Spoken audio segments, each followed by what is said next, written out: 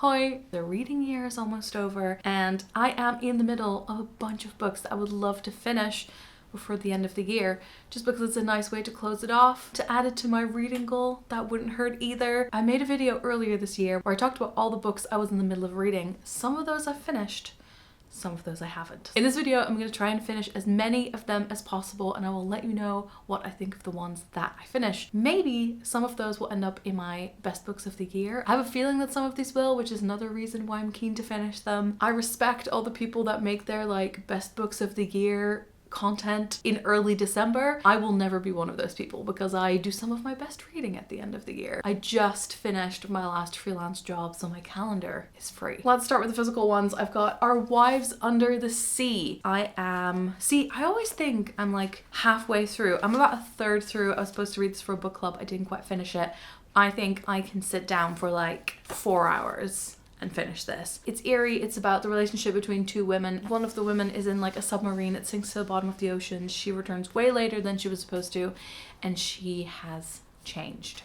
I'll leave it at that. Another one that I think I can finish pretty quickly, Alone in Space, a collection by Tillie Walden. On a Sunbeam was one of my favorite books of previous years. This is a collection of some of her earlier works, some other short things. There's like one story in here that I've already read, so I can skip that or read it again if I want to. So another one I can finish pretty quickly, I think. Then this is shameful, the fact that I have not finished this. It is a proof copy of Terciel and Elinor, which is the newest book in the Old Kingdom series. I love the Old Kingdom series. I've read everything else that's in it. I might do a full reread of the series, but I'm halfway through this. I don't know why I stopped. I read a lot of books throughout the year that get priority because they are part of like a book club, or I need to read them for a project or for a specific video, and then other books get put on hold and then I don't pick them up again. This one's going to be a challenge, but one that I'm looking forward to. Also, I cannot find the dust jacket. It is Babel. I brought this on a holiday where I was supposed to buddy read it with my friend Lex. Lex finished it in like a day. And I read another book first and then started reading this on the plane home, and I'm 30 pages in. So we'll see if I finish this before the end of the year. If not, it will be priority for next year. Then there is Princess of Souls by Alexandra Christo. This is set in the world of To Kill a Kingdom, but I read this for the hotkey panel that Alexandra Christo was on. I just didn't quite make it to the end, so I just have a few chapters left of this to read. The Essex Serpent. I was attempting to read this before I watched the show, but I kind of gave up on that and then just started watching the show. I've only read 26 pages of this, but they were 26 incredible pages, so I need to make sure I read this book. Then Night Bitch by Rachel Yoder.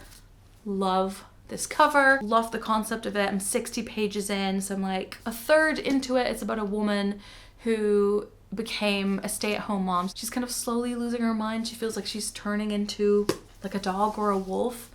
Really enjoyed this so far. Again, I think would be quite a quick read. Oh my god, this one's hilarious. I'm exactly halfway through Lauren Groff's Matrix, about an abbey during the Middle Ages. It's really cool. The writing style is so interesting. I just need to finish it, and then this is gonna be a top tenner, I think. Then we've got some audiobooks. We've got The Uninhabitable Earth by David Wallace-Wells. I have the physical for this. I decided to swap to the audio in an attempt to try and finish it this year. Then I am 34% into The Obelisk Gate by N.K. Jemisin. I've picked this up again. I kind of put it down at 20%, and I'm back in the running for that. I'm going to all the different audio apps to kind of scroll through. Yes, The Language of Thorns by Leigh Bardugo is like the short story collection. I keep starting and stopping, but I really need to pay more attention to it. I don't know if I'll continue that for end of this year, but I will read it eventually. I think that might be it. Just, you know, a small, relaxed, casual list. I'm hoping to finish at least 4 of these, so I will take you on the journey. I'll probably end this video right before the end of the year. For Christmas, I'm going to Ireland. I have limited space when it comes to suitcases, so I'll probably bring 2 or 3 of these. It is a Sunday today, so I'm actually gonna turn off this camera and read.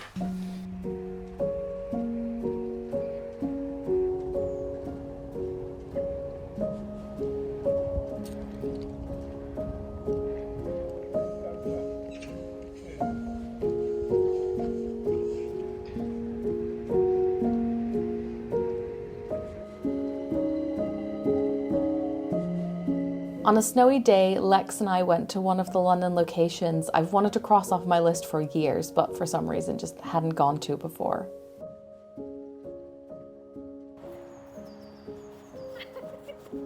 Keat's house is close to Hampstead Heath, and it was a great way to learn more about this person that I didn't know very much about.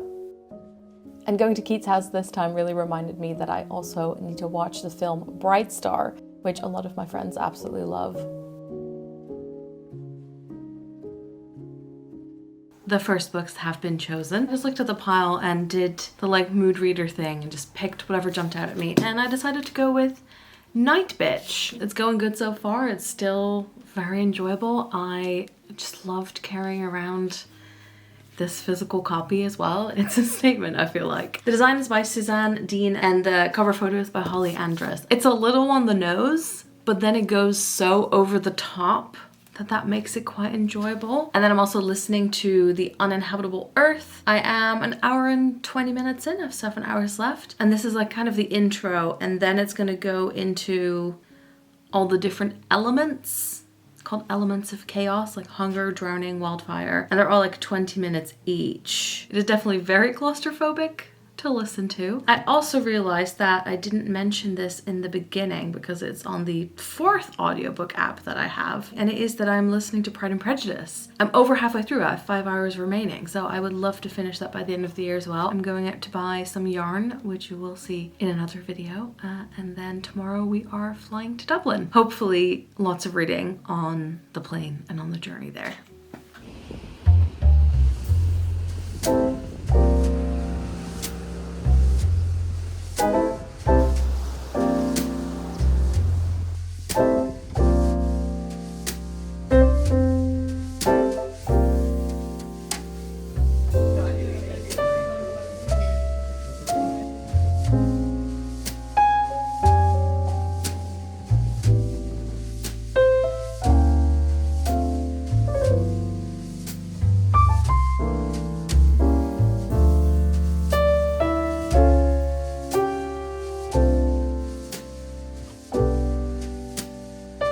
We got to do plenty of touristy but new to us things in Dublin this time round. The Lucky Tortoise was incredible, so tasty. And last time we stumbled upon a free Seamus Heaney exhibit, and this time it was Yeats at the National Library of Ireland. We were pretty much the only people there and spent an hour listening to the audio tour and reading his letters and notebooks.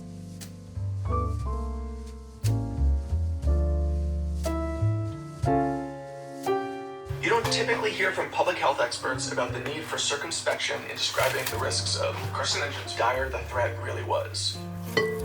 Whatever that means. It has now been 30 years since... Alright, I'm happy to report I have finished some books so I can talk about them. Because I was in Ireland for Christmas, I didn't get to do all my usual Christmas traditions, so I decided to make my Christmas loaf after coming home. It's kind of like what I think in English you would call stollen. I guess that's a German word. Anyway, it's this bread that my mother always makes for both Easter and Christmas. It is a white raisin loaf, and then it has a filling of almond paste running through it. And the way you eat it is that you take out the almond paste that's running through the bread, and then you smear it on the bread and you put butter with it or cheese or whatever you want. And then I also decided to make bagels from scratch. I think I should have kneaded it longer so the dough would be smoother. And also the bottoms stayed quite soft even though I had them in the oven for 25 minutes. If you have any tips, let me know. But let's talk books. Okay, I pretty much read this entire book in one sitting as I predicted. And it is Alone in Space by Tillie Walden. Look at how gorgeous this is. So the first story is The End of Summer. It takes up the most space in this. It's about 80 pages. And I'm gonna be really honest, did not understand much of what was going on, was not able to identify the different characters, and when I checked the reviews afterwards, that seems to be a common complaint. This is her first ever fully completed graphic novel novella that came out. I will definitely read it again and see if I can figure it out.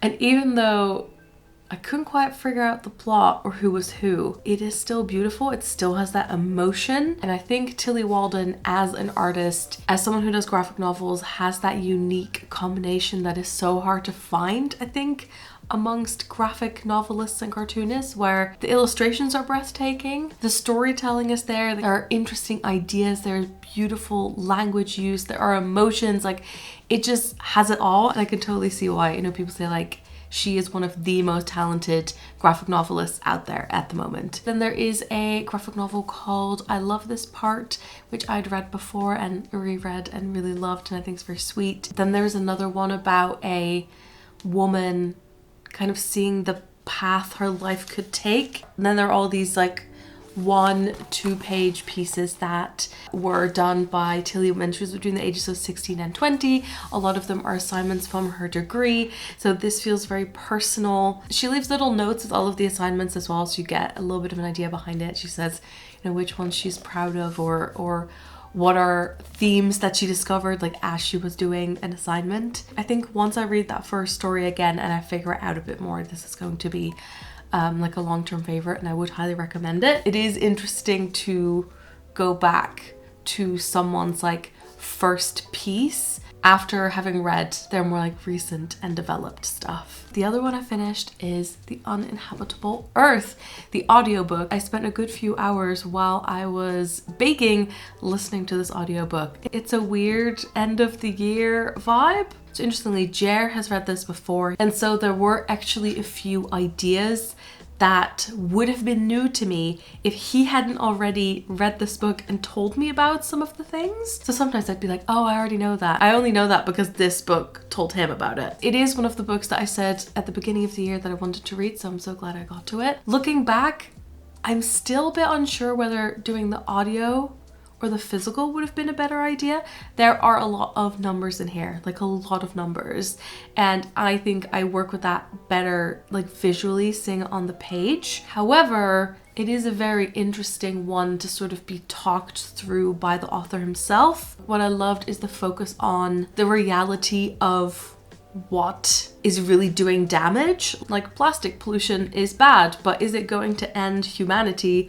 Probably not, but like so many people die from air pollution and then other ailments that come from air pollution. So I thought it was very interesting to do some of that myth busting about like what really has an effect or what just makes people like feel good, but in reality doesn't do much. The first half is definitely very much listing all the different ways the world could end, which I thought I would find very interesting, but it was very number heavy. There were some hardcore scenarios in there that have painted some vivid pictures I won't be able to forget. But then I actually really liked in the second part where he goes more into the psychology of people, why it's hard for us to believe in this kind of stuff, why people want to believe in the best outcome, why scientists thought that they couldn't create panic, like that wasn't the right way to go about it, that kind of stuff. I just wasn't entirely happy with the structure of it. I feel like sometimes certain ideas would be sprinkled in and I'd want him to go, you know, further into that because there were too many little bitty ideas. And so I think listening to the audiobook, sometimes I found it hard to grasp, like, where are we in the story right now? Like, where are you trying to take me? Like, what is the path? I think with essay writing and nonfiction books, it's really important to take the reader on this journey, and they should kind of know where they are on the journey. Sometimes I felt like I was just like blindly taking steps, and then suddenly we're going down a different alley that I wasn't sure whether that was going to be an important alley or just like a side bit. Still very glad I read it, and if you have the stomach for it, I would recommend it. I could see myself rereading this in physical and like underlining stuff and figuring out the things I want to read more about. I do want to leave a note that the author called The Day After Tomorrow a forgettable film. Unforgivable. I do intend on making a video about climate fiction and nonfiction. This will be in here and I'd love to talk about it more. I'm so close to finishing some final books, so I will be back with the final roundup soon.